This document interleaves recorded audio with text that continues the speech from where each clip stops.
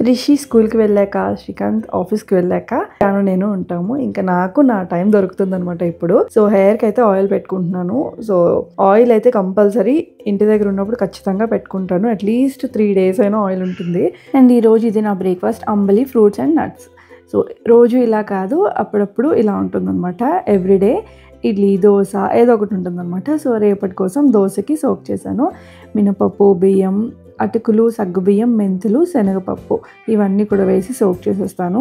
And evening అయితే grind చేస్తాను. And బయట ప్లాంట్స్కి వాటరింగ్ ఒక 4 to 5 daysకి ఒకసారి వేస్తాను అనమాట. జాను మధ్యలో వచ్చి ఇంటరప్షన్, నేను వేస్తాను అని చెప్పి. అండ్ ఈ పైన ప్లాంట్ అందట్లేదు, సో నాకు ఇచ్చేసింది ఛాన్స్.